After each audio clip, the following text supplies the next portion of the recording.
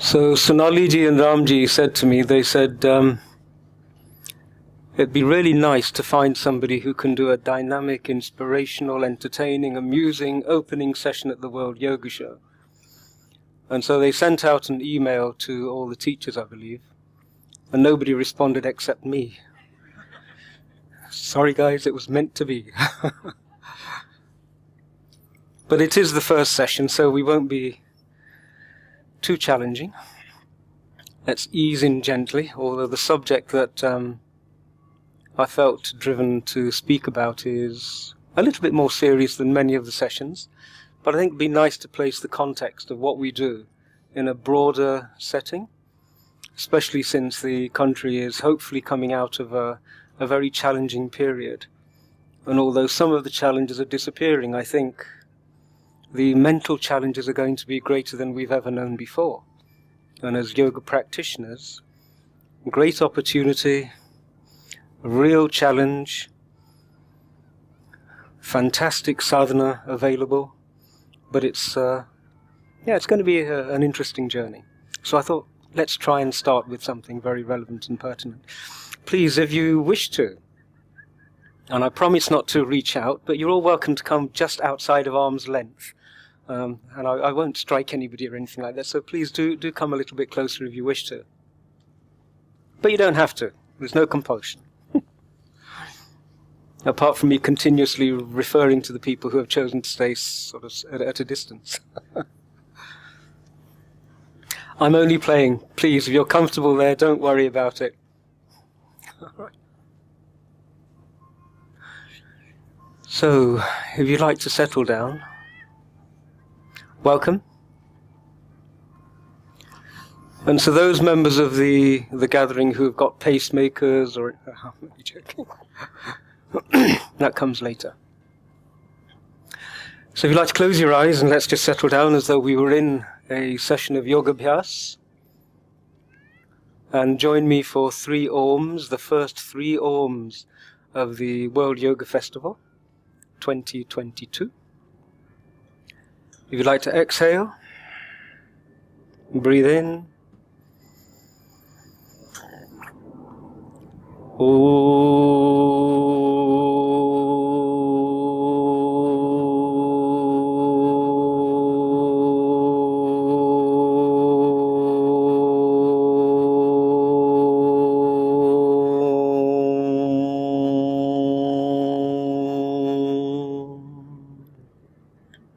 Exhale, breathe in.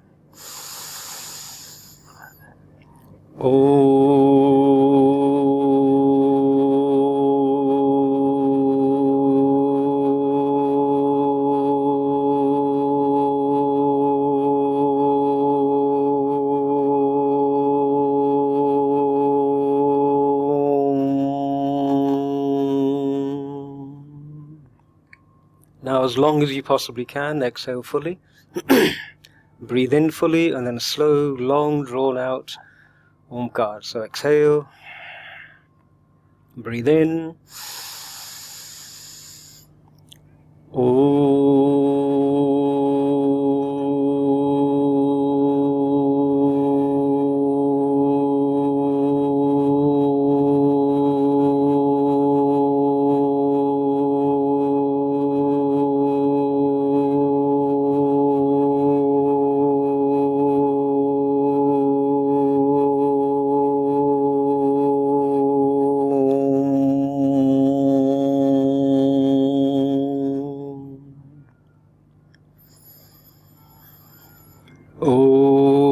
Sahana bhavatu, sahano bhunaktu, sahaviryam karvavahai, tejasvinavadhitam astu, ma vidvishavahai. Om Shanti, Shanti, Shanti. Om.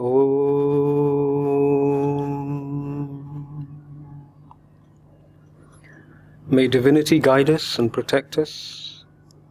May we learn from each other in a spirit of affection, of trust. May our efforts be rewarded with illumination.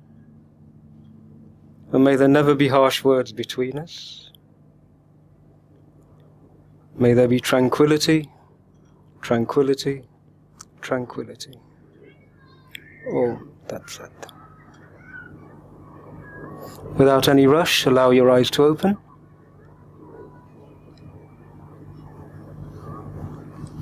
And welcome.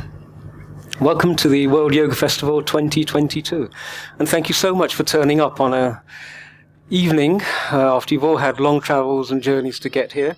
But really appreciate your attendance this evening. I know that you're all dying to have a nice lunch or a late lunch or an early dinner. Some incredible delicacies on show already. But I think we'll earn that, shall we? So Yoga Abhyas. Are there any students here who have not done any yoga practices? Excellent. Seasoned students? New teachers? Old teachers? You have to be so careful with language these days. One of the fundamentals about Yoga Abhyas is that it's meant to give you control of your reactions. And one of the most important ones is the one not to be offended. So if I say something that you find offensive, it's not my fault, it's yours. Okay. So I'll just rephrase that question. Are there any old, seasoned elders who have been teaching for a long period of time? Great. It's so just the two of us then. Okay, so when one thinks of yoga, how would you recognize a yoga practitioner? What would be the criteria that you would use to say, this person is a yoga practitioner? What's the change that you've all hoped for, or the change that you're all working to see in your students? What is that one quintessential thing that defines a yoga practitioner? It's not levitation. I'm sorry, could you say that again? Just a human being. Wow, it's taken almost 60,000 years for the earth to create these forms that we're occupying, and to be in a environment which can sustain multiple forms, so none of us is just a human being. This is Jeffrey Armstrong, who has been trying to get through to me all day. But I don't know, are you aware of Jeffrey Armstrong? He was supposed to be here teaching. He's one of our wonderful teachers. But the Indian government decided to reward him with a very prestigious award, and so he's still in Vancouver and wasn't able to come. But next year we'll have him here. Just a human. One of the issues that I want to deal with is that yoga practitioners, we underrate ourselves so much. There is a dramatic change that needs to be made, and we are the ones who are the most qualified to start that process. A yoga practitioner is a force of nature. A yoga practitioner who is completely established in what it is to be a person doing yoga abhyas is fearless. Okay, has anybody read the Bhagavad Gita? Yeah? So it describes some of the attributes of a yoga practitioner in there. Krishna defines what a yogi is. Would anybody like to share any of the definitions or whatever he says? Toss it out there. Somebody who's at peace. We'll come to the Q&A afterwards, but I'll repeat whatever anybody says, so that's fine. Thank you very much, thank you. So, somebody who is journeying inwards and is at peace with themselves. Okay, anybody else? Krishna is known as the father of yoga in the current yuga. You know, he was defined as the master of yoga, and he takes that mantle. And yet he was responsible for the Mahabharata war. Are those the actions of somebody who is at peace with themselves, or is there something else going on? A prerequisite is to be tranquil and established in oneself. So, very good. Anything else? How would you say that person's a yoga practitioner and established? Equanimity. That is a wonderful, wonderful response. Thank you. Equanimity means to be consistently tranquil and stable no matter what the circumstances are presented to you. To be neither overly impressed nor underly impressed, not to be too disturbed, not to be fearful, not to be overly attached. All of that goes through our daily lives. You know, we have highs and lows and so on and so forth. But one of the most important identifiers of the state of yoga is equanimity. To be able to respond to whatever the circumstances you face, but without you becoming part of the challenge. So you need to be able to be established, look at whatever the challenge is, and engage with it fully without bringing your own drama into it. And we all have dramas to contribute and make the highs higher and the lows lower. So equanimity is absolutely a prerequisite. Anything other than equanimity? To be connected to your true self. That's a lovely statement. So what is not one's true self? Please? I believe, it's my understanding, if we connect to who we think we are, we're connecting to our ego. If we connect to who we truly are, we're connecting with our soul. So we've had a number of people use the word ego, and we'll come back to that. Thank you. That's really moving the journey on. Connected to one's true self. So is there anybody here who feels that they are spirit and the body is something not what they are? Has anybody had that experience? Or are we all comfortably established in body consciousness? Is there anyone who is completely convinced that this is stuff, whereas what you are is spirit? Has anybody had that stable realization? Great. So, this is the first aspect. You can't be fearless if you have any concerns about your mortality. You can't respond to everything with complete equanimity if you have got some skin in the game or some interest in the outcome, because you've got your own desires, fears, identifying markers, whatever it is. You cannot respond to something with complete detachment unless you have become fearless. Then you can do what's right. Isn't that what equanimity would be? To be able to look at something and not be concerned or disturbed by it, not to be overly excited about it, but be able to participate in it fully without concerns for the outcome or concerns for yourself. So this thing about true self, has anybody come across niti-niti yet? Okay, so Sherlock Holmes almost got it right. Arthur Conan Doyle was almost a yogi. In fact, Arthur Conan Doyle, just as an aside, he used to write to a yoga practitioner in India, in the south of India. And on my journeys, I spent some time with him, and he went into this old dusty room, pulled out files, and he was going, oh, here's Arthur Conan Doyle's correspondence. I'm thinking, it's here in a dusty file.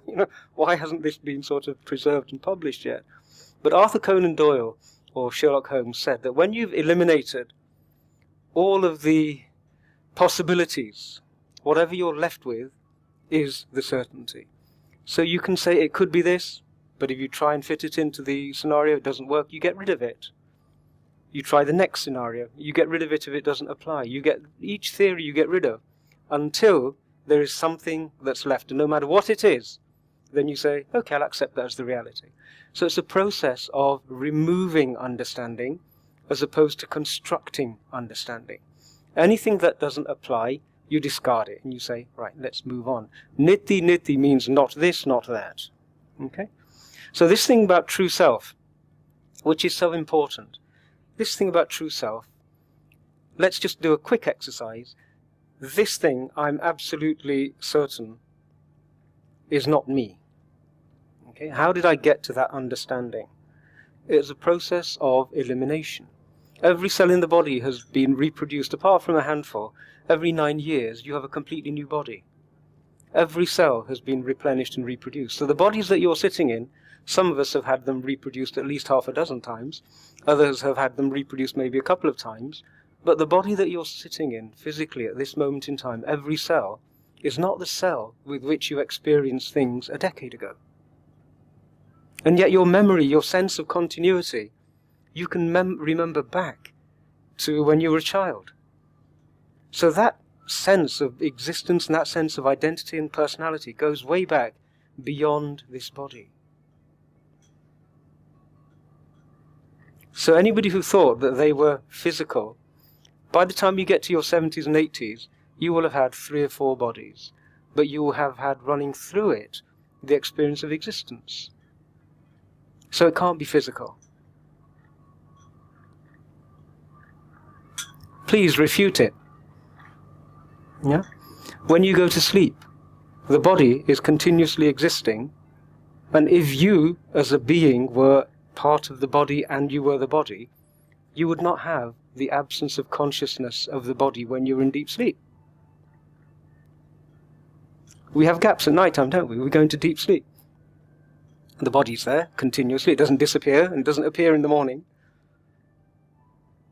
If you scrutinize your relationship with the body, you come to an understanding that you are not the body. When that becomes a realization, then you are not concerned about what this does, and you observe it from a distance. And it actually is a lot happier when you're not entangled in it. And the body is a lot more relaxed when your emotions aren't making it tight, aren't making it perspire, aren't making it struggle. It's more relaxed when you observe it from a distance. So I've put a suggestion forward that you are not your body.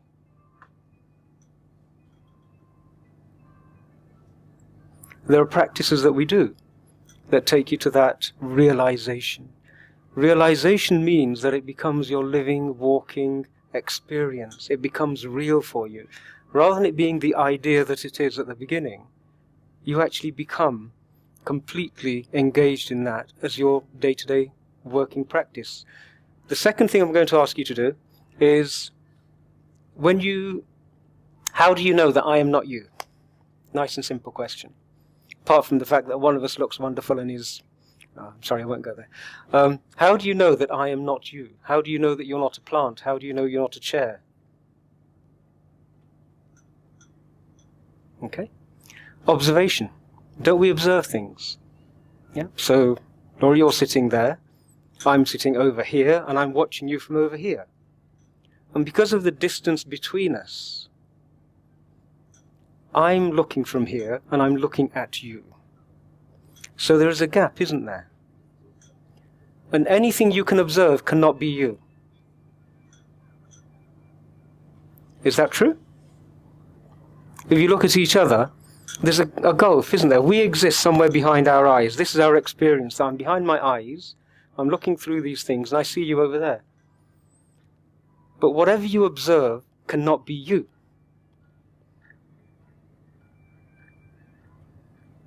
You cannot be me. I cannot be this plant. And in the same way, you observe your body. If you look at your body and your relationship with the body, you're up here somewhere. And if at this moment in time I say to you, take your attention to the palm of your right hand, suddenly you become aware of it. Something leaps from up here down into the palm of the right hand, then it leaps back so fast after you've sensed that it's there. And that something that leaps is your attention. But if it's leaping, where is it leaping from and where is it leaping to? And there's a gap there, isn't there? So apart from the fact that the body has changed so many times, apart from the fact that the body is continuously there but your relationship with it is broken, add to it the fact that you can observe it from a distance. You can observe your body from a distance, and therefore it can't be you. If that becomes a realization on all 3 of those fronts, then you observe the body age, you observe it lose its hair, and you observe it become wrinkled and everything else from a distance, but you're not troubled by it. And so equanimity starts to become established. So if your spirit and this is a part of the material existence and the world out there, this is actually related to everything out there.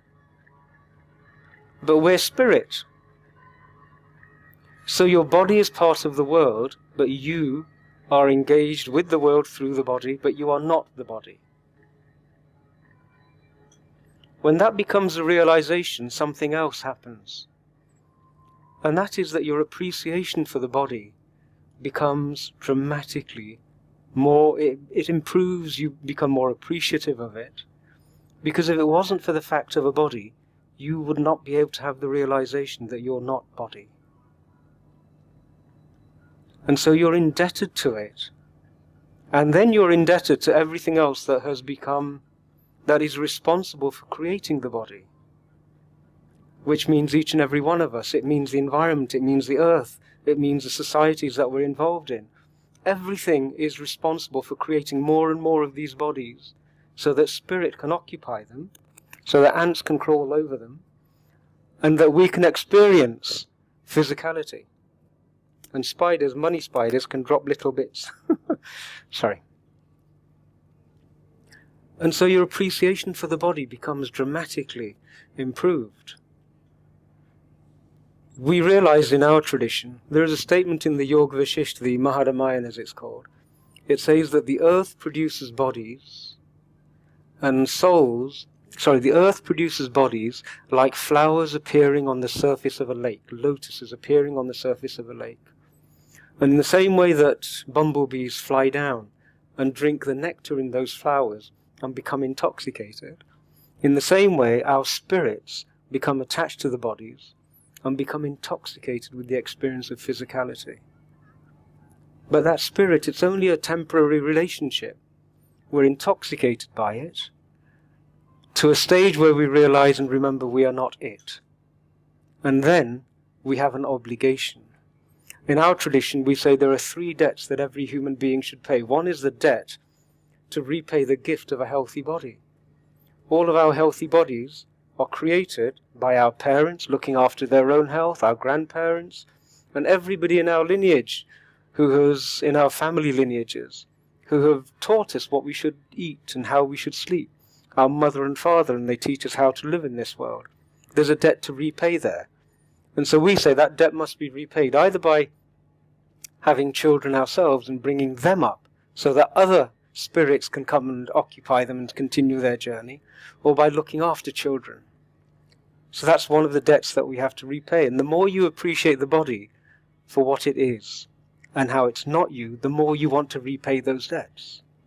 You have to repay those debts. Apart from the selfish reason that most of us are going to come back again next time around. It'd be nice to have somebody producing nice, attractive bodies that we can continue our journey in. But we have a role to play in that. Equally, the environment in which we live, the society in which we live. We have a role in creating wealth, artha as it's called, material abundance for everybody, so that we can all feed ourselves, shelter these bodies, look after each other, have a society which can preserve knowledge and teach it generation to generation. That's the second of the debts that we have to repay. And the key to really engaging with the world is that huge debt that if it wasn't for Prakriti, we would never realize our essence of not being material.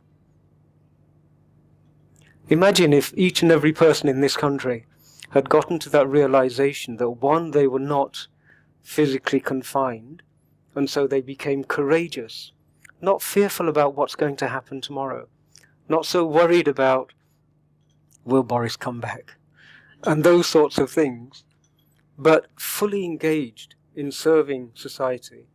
Just think what would happen to this country. And I wanted to introduce these ideas because the systems of society have become a little bit confused, to say the least. And when that happens, it's always the grassroots and the people who make a democracy who come together to reset it. You know, the very principle at the heart of a democracy is it's a good thing to be a human being. It's a good thing. And human beings are good things. And so the majority of human beings acting together will generally do good things.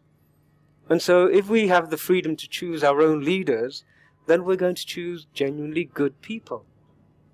But it's only when the power moves, or the systems of living move, into the hands of people who are a bit confused, that the majority who are good have to actually reassert their goodness. And the way to do that is to do it courageously in a manner where we look after all of these bodies, that each and every body is an incredible creation of this earth, and each and every Atma is experiencing its existence on this earth and its long journey, and is dependent upon it and beholden to it. One self-realized person, Swami Vivekananda, changed the moral direction, the compass of a whole nation of America in the 60s. When I say a fully realized person is a force of nature, one person can do it. I remember asking my teacher once, I sat with him and I said, how many yogis does it take to save a nation? And I thought he was going to say 500, 600, and he said 2. He said, that's all you need. And I thought, 2, that's like the Sith, isn't it? A master and a disciple, there are always 2.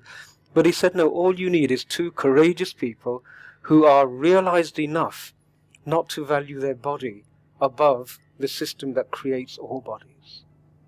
Not to be pursuing the stimulation of the body at the expense of the systems which create and maintain these bodies. Is there anybody here aware of the 4 Purusharth? Okay, so we have a philosophy in India. Don't be shy. Okay. We have a philosophy in India which says the human journey has 4 components to it which need to be fully engaged in and transcended. One is Kam, which is, as in the Kama Sutra, Kam, there's no R in it. That's the passion, that's the driving motive force which moves us forward. Our relationships, our friendships, that experience of delight when we engage with each other. The passion that drives a person to do things is Kam. And its most common representative is physical stimulation and the pleasure that we experience from it. Then we have Artha, which is material well-being. Those 2 are fundamentals for the existence of these physical forms. A person who gets stuck in those 2 becomes an addict. It doesn't matter what you're addicted to. Any of the 6 senses can be the cause and the source of addiction. I said 6, and nobody raised a point. Did anybody know what the 6th sense is for a yoga abhyasi? Yes. So the way in which a sense is viewed for a practitioner is that you have, as stated in the Yoga Sutras, that when there are no ripples on the surface of consciousness, that's when the glimpse occurs of what it is that you are. That's when yoga starts to happen. And so anything that disturbs the surface of consciousness is a sense. And so when you taste something, the experience of taste disturbs that, it's a ripple. When we touch something, when we smell something, see something, hear something, and when we think something, consciousness has a ripple. And so when those 6 senses are no longer confining a person, then you can be free of Kam and Arth. Otherwise it's a circular loop. The passionate pursuit of stimulation of this form in all of its 6 dimensions, it's a circular loop. And it's consumptive. Consumption, consumption, consumption. And the reason we do it is to experience Anand, the joy of experiencing it. But the difficulty is that if you get stuck in that loop, you need more and more stimulation to experience the same level of Anand. And we realize that actually that Anand can be experienced by gently calming all of the sources of stimulation down so that there is no consumption to disturb the continuous experience of that state of joy. And that's where the 3rd of the Purusharth comes in, which is Dharma. And Dharma is the search for harmony. It's the search for harmony within ourselves. It's the search for harmony with each other. The search for harmony with this physical existence. And we are the only creatures who can act in a manner which is adharmic. No other creature has the freedom to be able to act in a manner which is adharmic. Reproduction goes on amongst all life forms according to rhythms and patterns. I have a wonderful Labrador, and he regularly corresponds with the rhythms of the planet and accosts the various bits of furniture we have. He has no choice in that, but we have the choice, because we can override any of those stimulants and cycles. And it's that power which is what we need to be liberated from physical materiality, but it's also that power which enables us to become oblivious to it and become addicted within it. Kam and arth, kam and arth. I said it's a good thing to be a human being. It is a good thing to be a human being. And left to ourselves, like every other creature, we have two faculties which grow. One is the faculty of wisdom, and the other is the faculty of love, head and heart. And if they naturally are nurtured and allowed to grow, the whole process goes through us completely without our interference. We exist as dharmic beings. There was a lovely little baby that came and said hello to me when I was sitting down here. And that being will, like every other creation, grow naturally. It has everything it needs. If it's blessed not to be taught adharmic things, then it will grow tall, it will blossom into a full being. But because of our sixth sense, this thing called mind, we have the capacity to act in a manner which is not harmonious. And at this moment in time, more than ever before, we have so many people whose sixth sense, the sense of mind, is so confused that they don't even value the very fact of being. It's become so traumatic to exist. The battle that's going on inside is so powerful and is fueled so much by each other's fear that the very act of existence has become a challenge. And as yoga practitioners, we have not only the ability, but we have the responsibility to become so stable and tranquil that we can engage with people who are in a state of fear and be in a state of equanimity.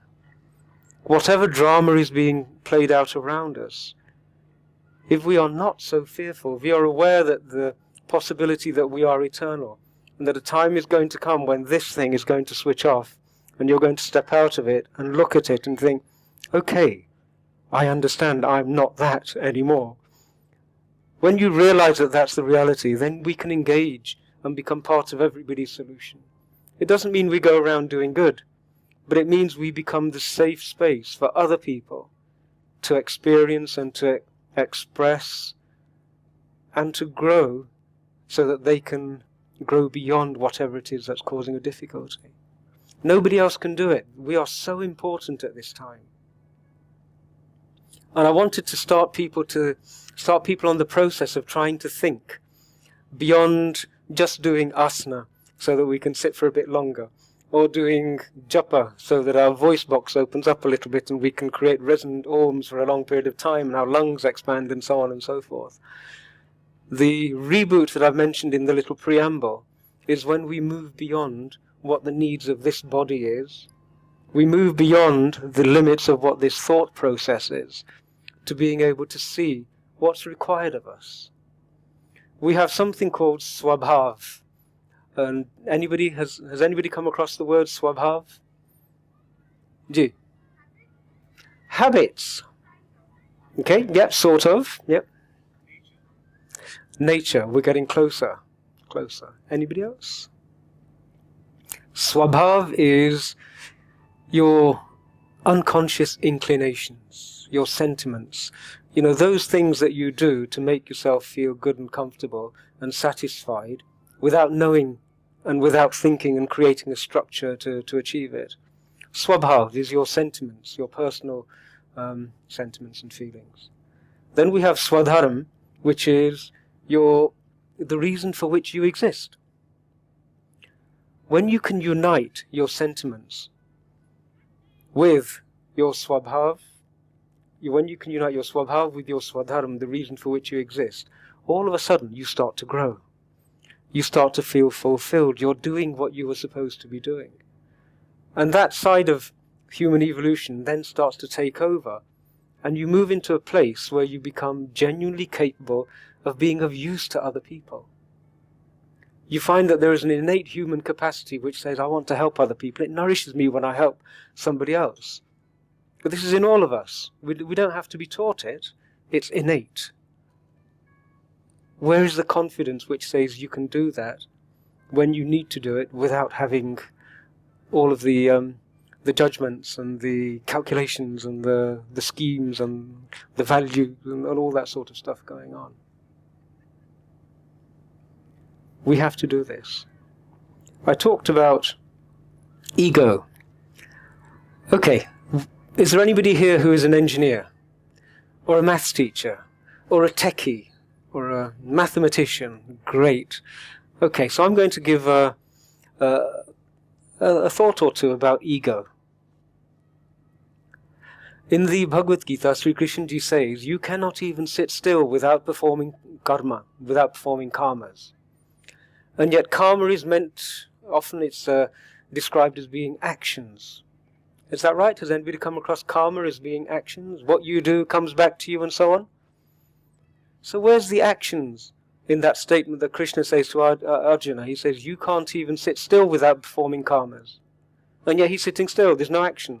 It's total inaction. So what is karma?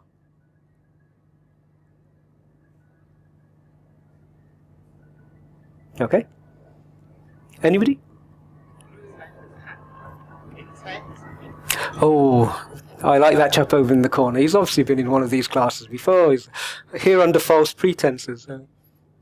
But it's a little bit more than intent. The Sanskrit word for arms is gara. And ma makes it I. It's the I-ness. So I act. The arms are the organs of actions. Gara. Karma becomes I act. It's that sentiment that I'm acting. It's the thought that's going, it's that mentation, that factory that is churning, I've got to do this, I mustn't do that, I wonder how I can achieve this, I must defeat him, and so on and so forth. That factory which is churning all of those thoughts, that's actually what karma is. It's the thoughts which are built on a sense of I-ness. So who here can sit still without those thoughts going? Right. It doesn't matter whether they're good thoughts. It doesn't matter whether they're bad thoughts. As long as that process of mentation is going, ego is present. Because what ego is the uncontrolled chain of thoughts that flow through awareness. That's what ego is. Ego is not. In The Dark Night of the Soul, there is a wonderful description about the pious ego. That it runs so deep into a person that you can't even recognize it.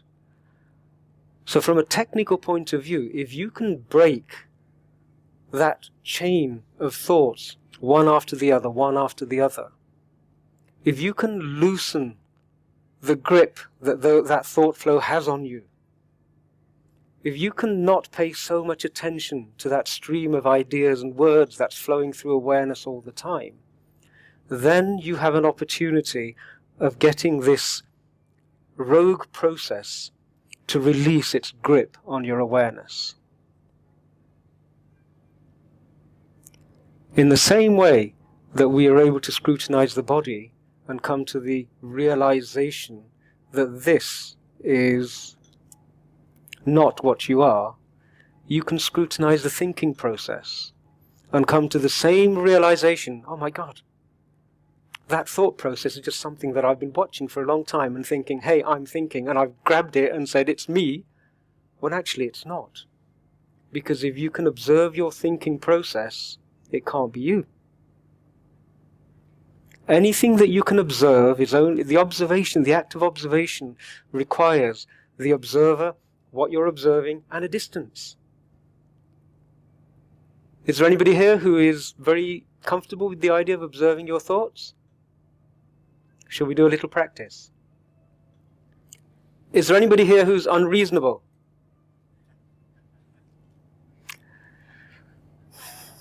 Well, we've got one honest person and a whole bunch of liars.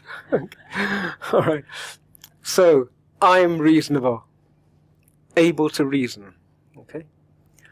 So watch this. Let me show you how unreasonable you are. We all have an assumption that when we think in a logical sequence, a sensible way of looking at the world. We understand what's going on. We can create a model and scrutinize something and so on and so forth. It's not true. Okay, let me show you one of the flaws in this thing that you are so dependent upon. So if you'd like to all close your eyes for a moment.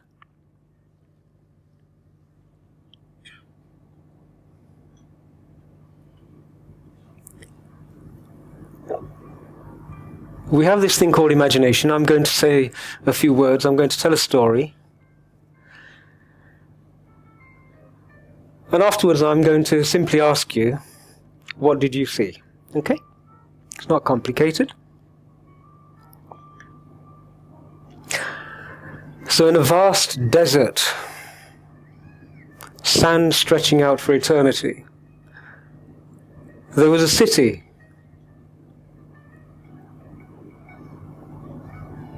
which had never been built. There were walls which had never been constructed, and it was occupied by people who had never been born. In the center of this city there was an incredible palace with no walls and no ceiling, and inside this palace, in the throne room, there was a queen who had never been crowned. She had 2 sons who had never been born, but they were fine, handsome young men. And what they loved most of all was to ride their 2 white stallions, who they kept in stables which had never been constructed. One day the 2 young princes went down to the stables, mounted these stallions who didn't exist, and rode off into the desert. And they came to an oasis made of water that had never fallen in rain and had never been a stream. And they dismounted from their stallions and stepped into the oasis, bathed and then came out of the waters, and sat underneath palm trees that had never grown, and plucked dates which they ate with relish. If you'd like to open your eyes. So who saw the wall of this city? Who saw a palace? A throne room? A desert? The only thing that was real was the desert. The rest of it all was all utter nonsense. And yet you saw it. And not only did you see it, your mind wove a story. Image after image. And at every step, your thinking apparatus was ignoring the complete lack of reason and the totally illogical nonsense that I was saying. So we have within us a faculty which makes a story. We call this faculty kaktalya. What it means is crow and palm. And the teaching is that if a crow were to alight onto the leaves of a palm, and at that same instant a totally unconnected coconut were to fall to the ground, our mind would say the coconut fell because that crow came and landed on the tree. So we have this faculty, weaving stories all the time. And we trust it. We rely on it. We listen to it. And we appropriate it and we identify with it as our thinking. And that's just one. I don't know how many of you as children heard, there was a lovely little poem. It's an English poem. One fine day in the middle of the night, 2 dead men got up to fight. 2 blind men to see fair play, 2 dumb men to shout hooray. Back to back they faced each other, drew their swords and shot each other. Now we all saw that duel, didn't we? Being played out. Why? Because we have a faculty which weaves a story. Now this is not a redundant faculty. We need it to navigate physical existence. But when it is running amok, then our demons take advantage of it. A person who is chronically depressed is a slave to a runaway faculty of thoughts and feelings which are continuously flowing, and they can't break that chain. I've done a huge amount of work for the best part of 15 years with people who have been in a very dark place. And one of the most powerful gifts you can give to somebody is to free them from that thinking loop by undermining the very process itself. Now, what is your personality if it isn't a sequence of these individual events from memory and conclusions and fears and aspirations, all of these things that are woven together because of this faculty? The individual personality is nothing other than a collage, a tapestry of memories and hopes flowing in awareness. Now you have the capacity to observe your thinking process, because when I was telling you the story, you were involved in the thinking process, and then afterwards I said, look at the thinking process from this point of view, and you stepped out of it and looked at what was going on. And that very ability to step out of a thinking process and scrutinize it creates the distance between what you are and what you're thinking. In the same way as you have the distance between what you are and what you're feeling in the physical form and the body. So if you can observe your thinking processes, you cannot be your thinking processes. Is there anybody who has got a flow of words coming into their head at this moment in time? Is there something talking to you? Yeah. And I don't mean me. I'm sorry? My foot is dead. It won't stop saying, like, foot is dead. Okay. Well, you see, even there, my foot, there is a separation, isn't there? It's something that belongs to me. It's not me is dead. We know this instinctively. It's part of what our inner awareness is. But how many of you have advice being given to you by this voice in your head speaking English or Hindi or Gujarati or something? We've all heard that voice, haven't we? But there was a time when you didn't know language and you existed. So the words that you hear are nothing other than you've acquired and dumped into memory, and they replay across your awareness without your control. And we listen to it and we say, hey, we just assume it's me thinking, I should follow the advice of what it's saying, and yet it's nothing other than a tape recorder, connected with feelings, triggered by stimulus and impulses that come from outside and other people.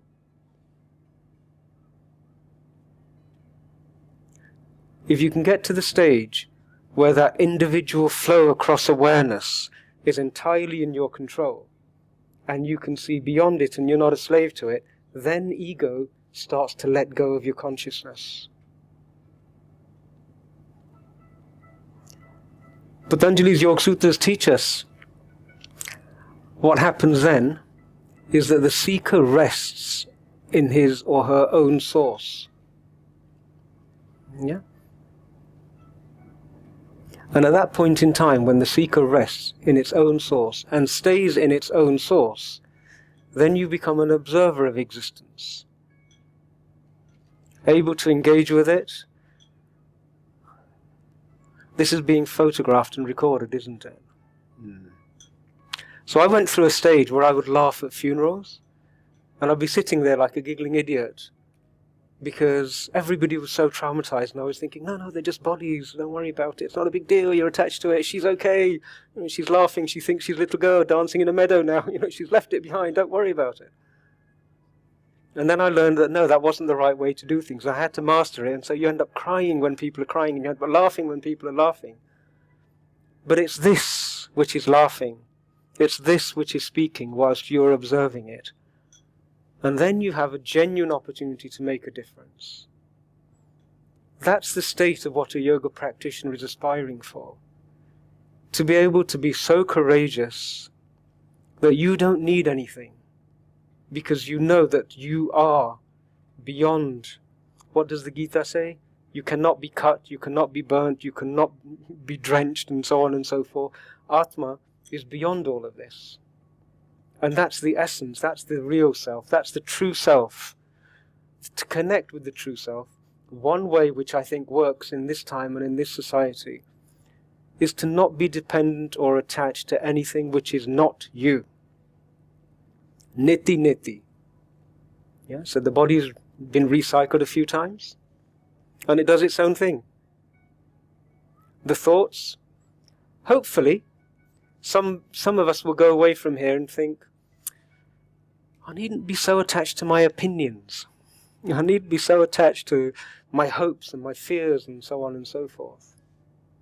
Because they're just mental luggage that you've picked up and hugged and appropriated.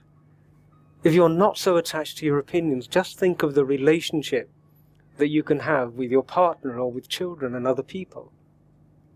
You can actually become part of the solution rather than the dance of, the ego, the runaway feelings and the runaway values and the runaway opinions.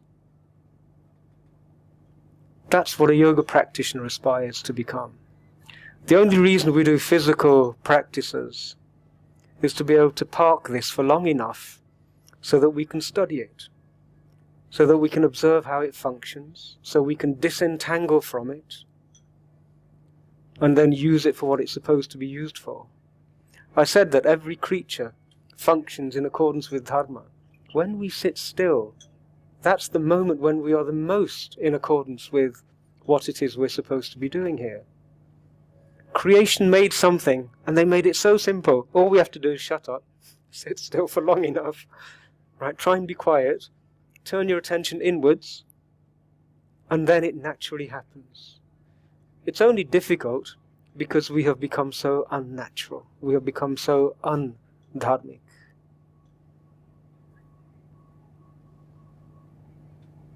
So we have the four purusharth I mentioned. We have Kam, the passion that keeps humanity and society moving, the motive impulse. We have Artha, the material needs to make these bodies healthy, to replenish them, preserve them, protect them, regenerate them, recreate them.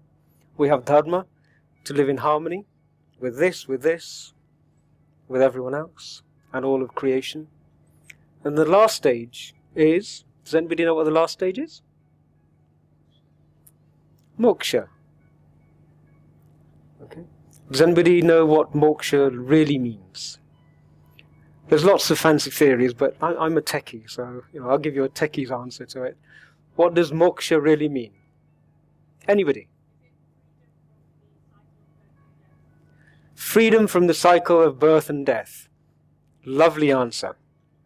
Not techie enough for me, I'm afraid. I need it to be more techie than that, but thank you. That's commonly a definition or a translation. Anybody else? Moksha. A lot of people say, we want moksha, and I'm thinking, really? Okay, fair enough. Does anybody know what moksha is defined as? Sorry? Liberation. Yeah? Yeah. Does that help you? Knowing that moksha means liberation. Does anybody here feel, great, I now know what to do. I now know how to be, or anything like that? Liberation is often put forward as moksha. But it doesn't help. When you receive an understanding, it should open a path in front of you. Or it should unlock an understanding, a revelation, an aha moment. And something up here will know, it'll say, I can accept that. I now know how to act on it. Now I know what to do to respond to it. Moksha. Removal of ignorance. It's far too Abrahamic for me, that one. Sorry, I had to have a go at the Abrahamics.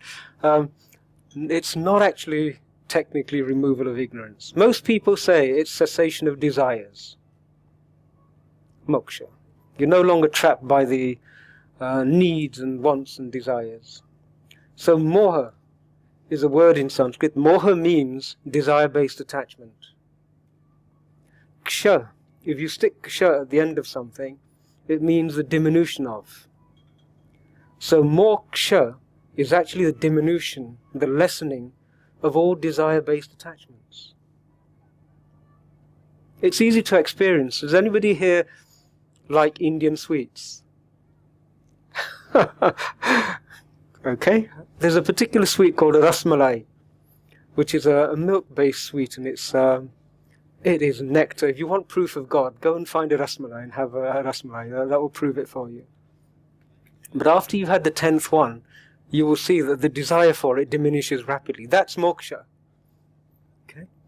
Moksha is when the desire for something leaves you. And moksha is when all desires, the state is when all desires have left. There is nothing that you will use this body, brain, heart to achieve, because you've attained equanimity. So you're not driven by your own personal desires. You're not driven by the taste and the six senses. The sixth sense... I'm struggling with that word. The fifth plus one sense is something that we're all struggling with at this moment. It's that stimulation of the intellect. We have an awful lot of noise. I don't think that the earth has ever seen so much chattering going on as we have at this moment in time. Sometimes I think, what is the earth hearing? So much, so much. And rather than it being conversation which is taking us towards a solution, it's become conversation and noise which is taking us away from a solution. Words are what we use to organize our thinking, isn't it? How do you train this thinking apparatus if it's not through words? How do we organize it? How do we make it manageable? We do it through words. But equally, words can be used to completely tip the wheelbarrow over. And at this moment, there are so many words that very few of us are being able to keep a nice, clean, pristine set of thoughts which can help us and help other people. And so as yoga practitioners, we more than anybody else should be aware of how that is it's a necessity for us. And it's an obligation for us because people need to be freed from the attachment to these senses, including the intellect. There is much that happens in silence.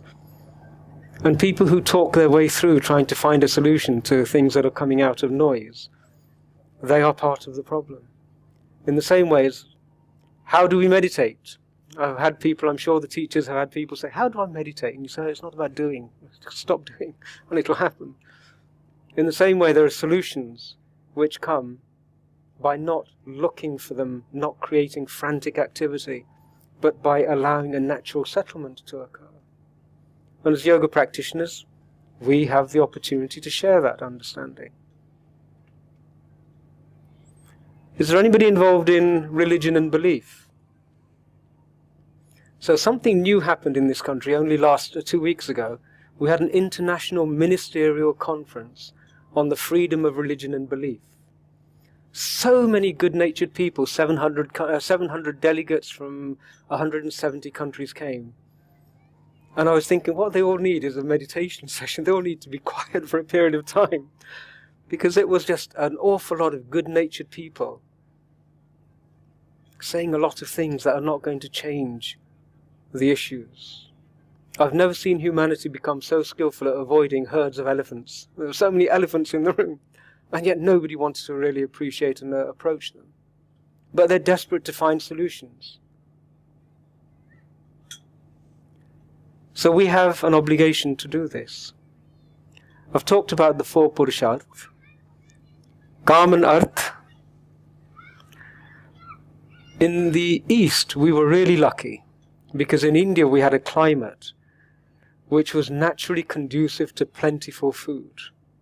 Anybody who's wandered around in the agricultural or the rural parts of India, you'll see there are mango trees with mangoes that are this big, and we did not have a climate which required strength and hardship to be strength to cope with hardship. And so we had an environment in which people could then say, okay, why are we here? What is it all about? And so we naturally built a society where Kam and Arth were already looked after without too much of a difficulty. So humanity wasn't stuck in sensory pleasures and the pursuit of wealth and consumption without end. Whereas in Europe we have had a period of time where there's been great hardship. And a winter in Yorkshire, I spent a winter in Yorkshire, I know what hardship is. But this country, the people in this country have had to really work hard to get that window of opportunity where the nation has enough wealth for people to slow down for a little while and say, okay, how do we move beyond consumption-based stimulation? Because that's inevitable. In the same way that an individual gets ensnared in the circular loop of karma and earth, so does a family. The never-ending demand for a new brand. It's karma and earth. The never-ending demand for an infinite number of cheeses on the shelves in Sainsbury's. It's karma and earth. And we have that loop in place now. And it's not going to disappear as long as too many people are stuck in that cycle. We have to break that cycle. And please don't underestimate the power of one person to do these things. It only takes one person at the right moment in history, in the right group, with the right email, the right statement, the right teaching, to suddenly shift and make a paradigm shift. The whole of the Mahabharata is fought. Krishnji has his tiny little troop of the 5 brothers and their meager army, and on the other side are amassed all of the enemies of harmony. And he said it doesn't really matter, because all you need is a courageous person who is directed by the desire for harmony and everyone's well-being, and who has Krishna or the divine, the universe at the back saying, do this, do this. That's all that's necessary. Everything else falls into place. It's a logjam. We're looking at a logjam.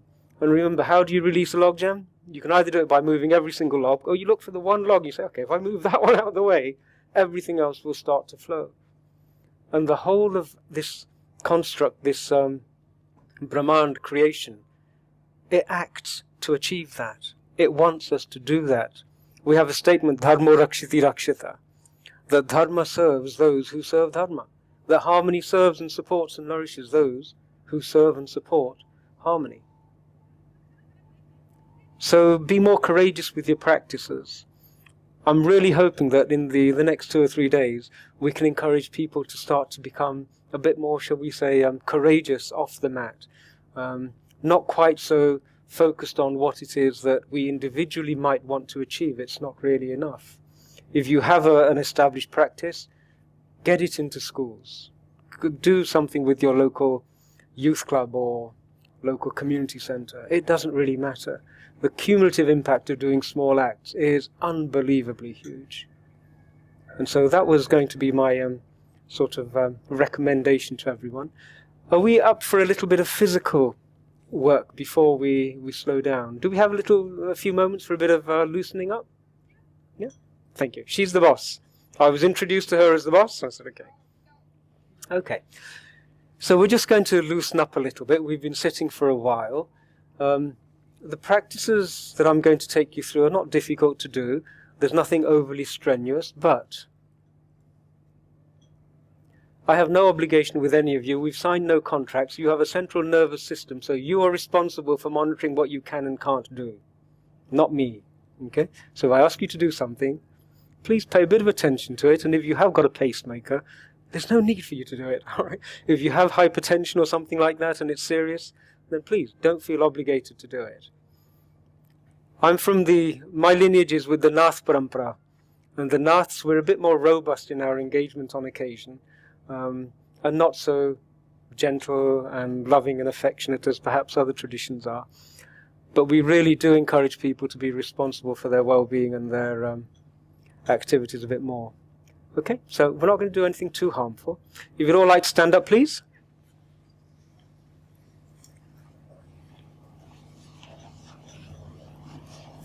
How quickly we settle back into body consciousness.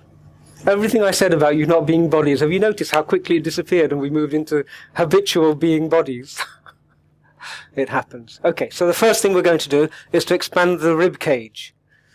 Breathing is a vital part of nourishing the body and the spirit. And so we have a superstructure here. We have a rib cage, inside it we have lungs. Free wide open movement of that whole part can really boost the energy in the physical form. Let your hands hang down loosely. Imagine the fingers and the palms are covered with a green, yucky slime. Okay? All we're going to do is raise the arms up at 45 degrees. And you should feel the ribs expand upwards. Imagine if there was a hook in the center of the sternum and a rope at 45 degrees upwards, and it's pulling upwards. So all we do is when we come up, the rib cage comes up and it expands to the sides. Okay? And then when you bring it down from 45 degrees, guys, 45 degrees is slightly higher. That's it, a bit higher. 90 degrees is this angle here. Okay, right. Not this, not this. 45 degrees. Okay? And when you bring it down, you're going to flick that stuff in my direction. So the movement is with the hands. It'll loosen the arms, it'll loosen the shoulders. So you bring it up, and then you flick in my direction. Is that easy enough to do? Please go ahead and do it. I'm just going to watch and make sure everyone's okay. Carry on, do it in your own.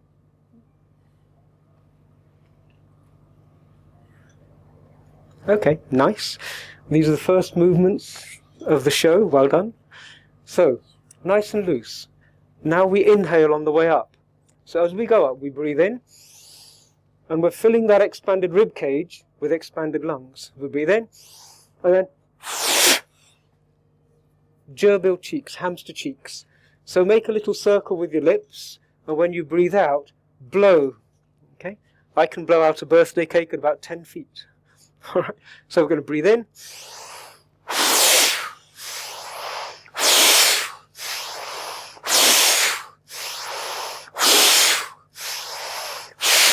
Carry on. Can you start to feel how quickly the body is reoxygenating itself? If you start to feel lightheaded, please lower your arms and just make sure your feet are nice and firmly placed. Okay. Okay, and stop. So now, you've got the movement, that's the movement, and your muscles are loosening up a little. Let your hands dangle loosely, and we bring them up, and then to the sides. Okay, and then we bring them down, and then flick. Okay, away you go, please. Breathe in on the way up. Sternum comes up, blow out on the way down. Loose movements, yeah?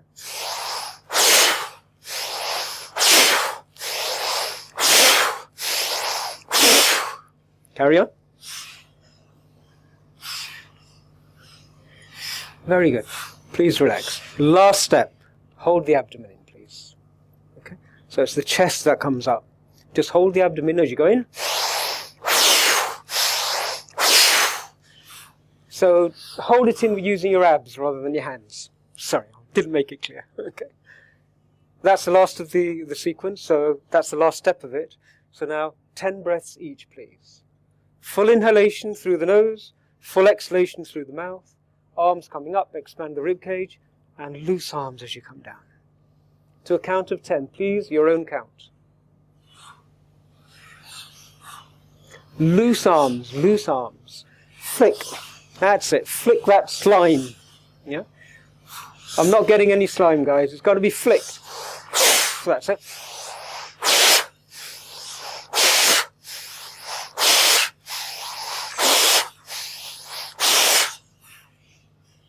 Carry on. Everyone done 10? Okay. We have a few people who can count slightly differently to what I count. Please lie down, head towards me, feet away from me in Shavasana. That's the corpse posture. Head towards me, feet away from me. Feet shoulder width apart. Palms 6 to 9 inches on either side of the hips. Palms facing upwards.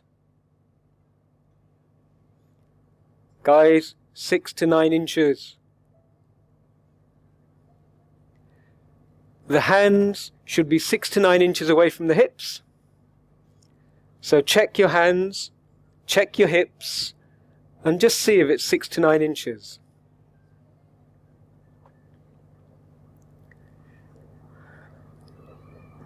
Very good. Adjust your shoulder blades so that they're actually flat. Eyes closed. When you breathe in, breathe into the abdomen, and then breathe into the chest. When you breathe out, empty the chest first, and then squeeze the abdomen, and that's one breath. Take your attention to your breathing. As you breathe in, feel the navel rising, feel the sternum rising. As you breathe out, feel the sternum sinking, and then squeeze the abdomen so there is not an ounce of air left in those lungs. Nicely refreshed lungs. Breathe in, navel rising, chest rising. Breathe out, chest sinking, navel sinking. Squeeze, squeeze, squeeze. Very good. 5 long and deep breaths in this manner.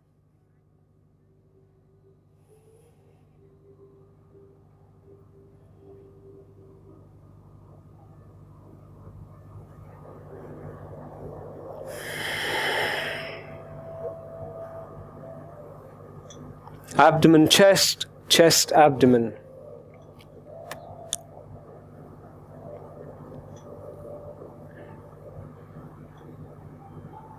When you've done your 5 rounds, just normal breathing.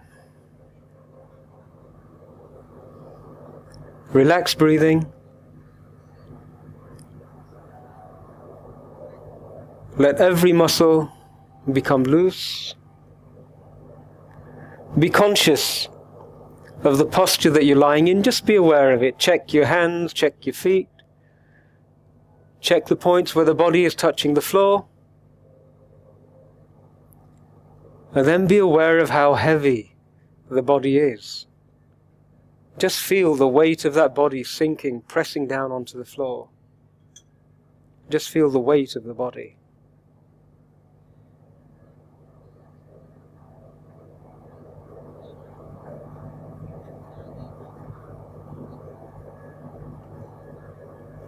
Wriggle your fingers, wriggle your toes. I'm going to give you very precise instructions on how to come out of Shavasana. Please listen attentively. Bring the heels together. Rock the feet from side to side, keeping the rest of your body in position. Bring the knees into the movement, bring the hips into the movement. Rock the legs from side to side. Relax your efforts. Breathe in and stretch your hands beyond your head. Point your fingertips towards me. Stretch, stretch, stretch. Fill that spine, fill that abdomen. Breathe in, stretch, and then just slump down. Once more, breathe in and stretch the spine. And slump down. Raise the right knee, keeping the sole of the right foot on the floor. Roll over onto your left side, using your right leg to push your body over to the left, and place your right palm on the floor in front of your chest. So everybody is lying on their left side with the right palm on the floor in front of their chest. Left side. Left side. That's it, all the way over, perfect. Right arm. Put the right hand on the floor in front of your chest when you're rolled over onto your left-hand side. Take the weight of your body onto your right palm and then onto your left palm. Use your arms to lift your shoulders off the floor. And please sit up facing towards me.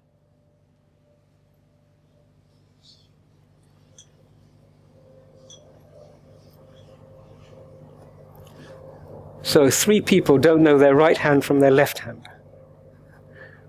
But that's okay. Wonderful. Is everyone okay? Relax, loose?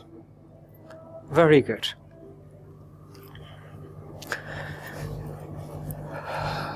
Excellent. So you'd like to close your eyes for a moment?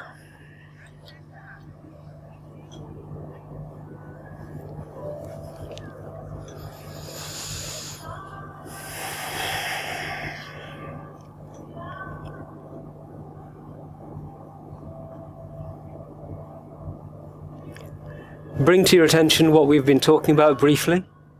The essence of it was that we're not physical, but we identify as being physical. We're not intellect, thoughts, but we identify with those.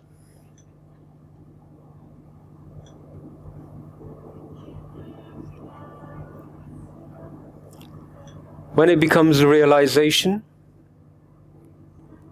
the body heals dramatically, the mind becomes tranquil.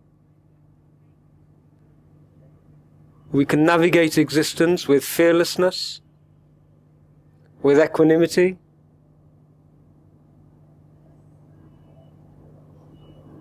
We become courageous. So courageous that we can genuinely act for the best interests of ourselves, but also everybody else.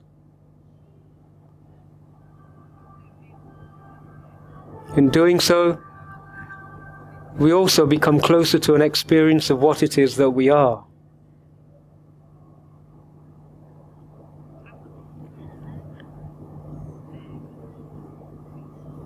What's at the center of our being is perfect.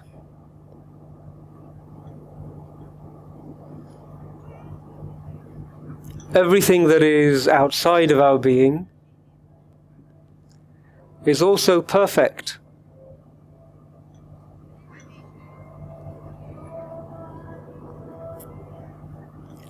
It's just the clouds of thoughts which prevent us from experiencing both of those perfections.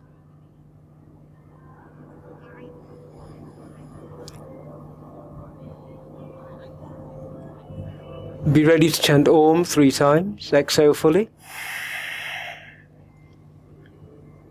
Breathe in.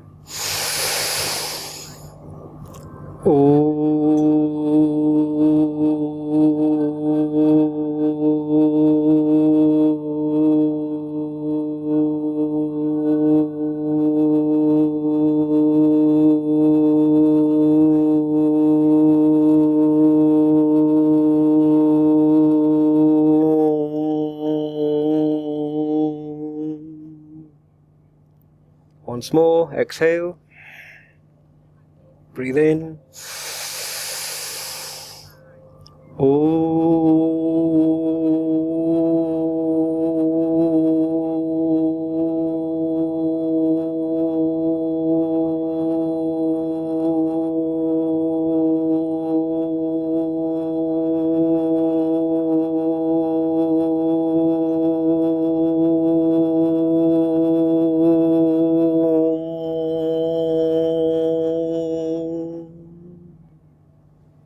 Once more, exhale. Breathe in.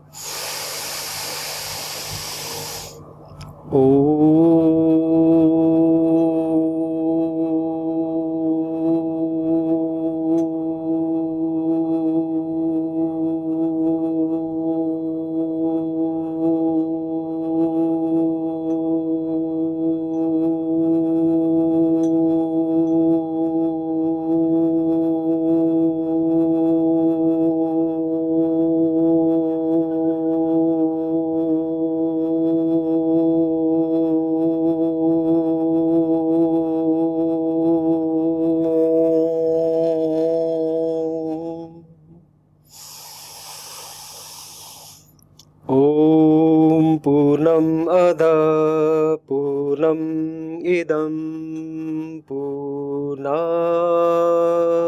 Purnam Adachyate Purnasya Purnam Adhaya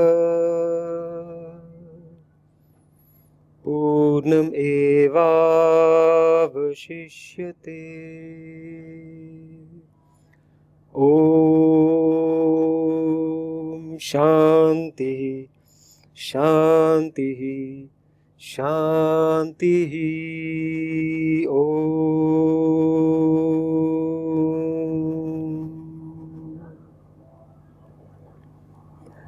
Keeping your eyes closed. Clap your hands together, rub the palms, make them warm. Vigorously rub the palms together until there's a fire in between your palms. Keeping your eyes closed, place the palms onto your eyes and be aware of the movement of warmth from the palms into your eyes. Feel the eyes become relaxed, nourished, refreshed. Keeping your eyes closed, gently massage your cheeks and your face. Bring life and fresh energy into the cheeks, the whole of the face. The sides of the head, the top and the back of the head, just rub. Wherever those palms touch will become refreshed. The neck, the shoulders.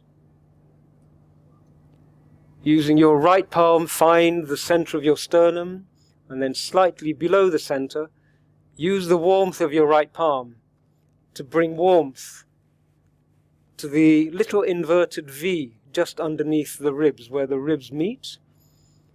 Rub it vigorously with your right palm. Feel the warmth spread. The chest cavity becomes suffused with warmth. There's a thymus gland there, which we're nourishing.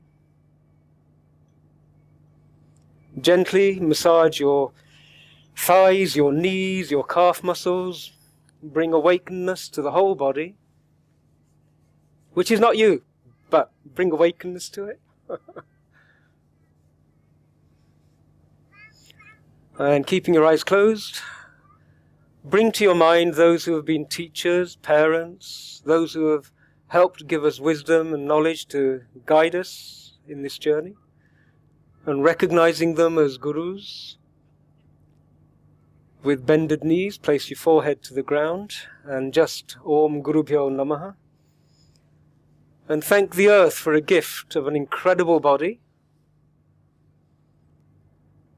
and a gift of an opportunity for us to explore what we are and what we're not in safety. This is a blessing.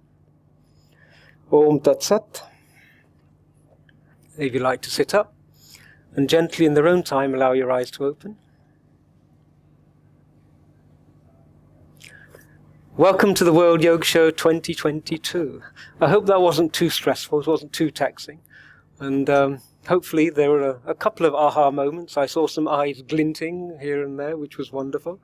If there are any questions, we've got 3-4 minutes. Otherwise, we can go and join the welcome. Any questions, anybody?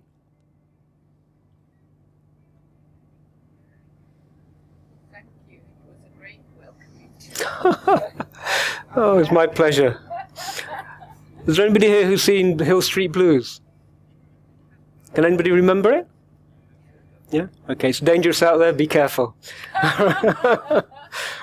That's how it used to sort of start, every episode. Be careful out there. You're right, you're right. Thank you very much for coming along and for exposing yourselves to having me rummage around in your thoughts and feelings and everything else. My pleasure. Om, Om, Om.